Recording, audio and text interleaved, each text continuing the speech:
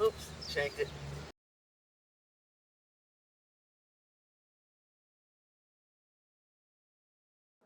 This is Jim Furyk setting up to hit his chip shot on the blue lines on his arms, and the red line, red arrow, is the shaft of the club. His hands are right in front of his chest. His shaft is pretty much between his arms.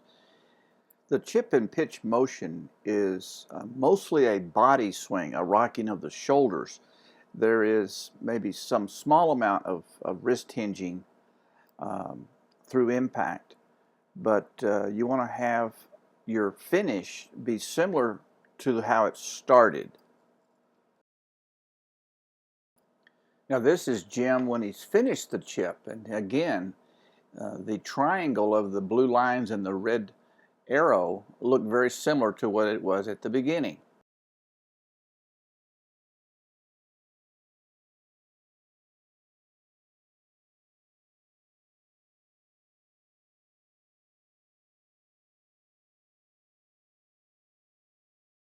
You set up a little bit of a bent left arm, and you have a lot of shaft lean, which is fine. The red arrow is pointing down your left forearm, and that's the key to remember here as we compare this setup to your finish.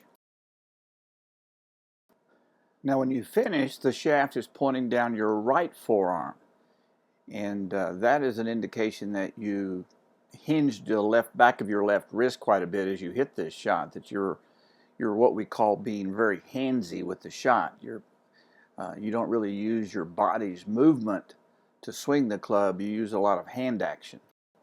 Now one of your strengths is that you have a lot of good feel in your hands, and you can really feel the shape of the shot, the pace that you want to hit, and so you use your hands often very successfully, but there is that negative that can come about of shanking the ball and mishitting shots when you have a lot of action in your hand.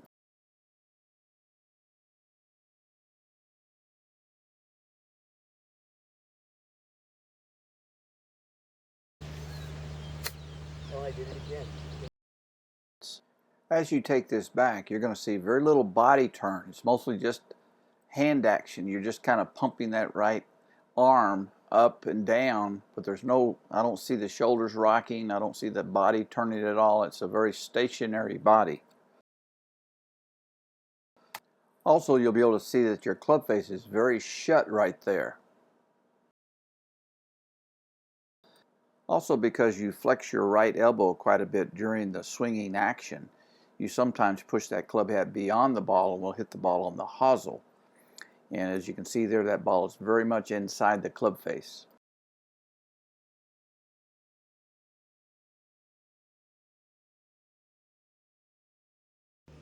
Beyond the ball and hosel it. So you've got to make sure that that extended arm helps minimize the times that you would shank it.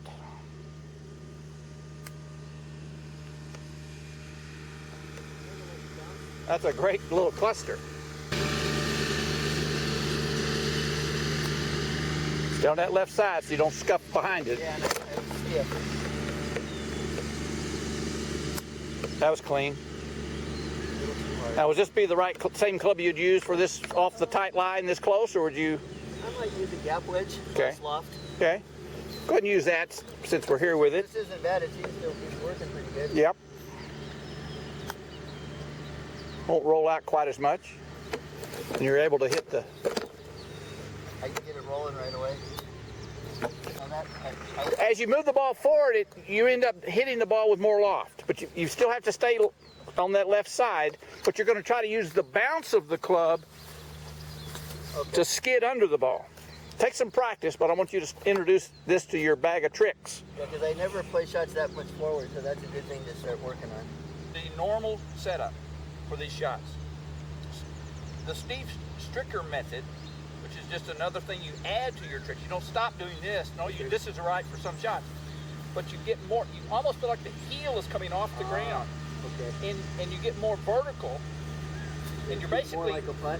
And you're basically skidding this bulge off the ground.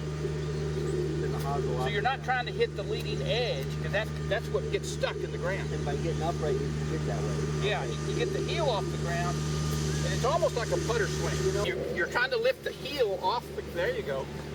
The heel's not touching the ground. You're just going to skid the bounce through the ball. Oh, that feels. So it's kind of in the middle of your stance. And that's more so for the tighter lies. Yes, Because I'm not in. that's exactly right. Okay. Okay, keep working with that.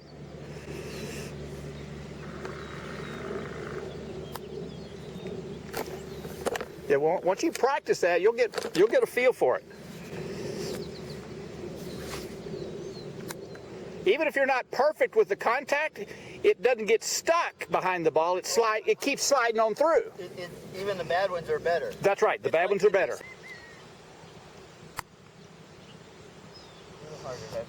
And you almost just let the weight of the club hit the ball. You don't need to add any muscle effort. Oh yeah, that came off really good. Let's get real vertical in this next one, then we'll pick up. It looks like there's a twosome on a tee box. That's if that hit the green instead of the fringe, that would have been a nice shot. Oh, I'm not playing it forward either. That way, that allows you to swing a little bit more aggressive. Like that. And we're not, we're learning that the pitching wedge for this shot is probably not the right club, but that would be the right club for a pin that's another 20 feet away. Yeah.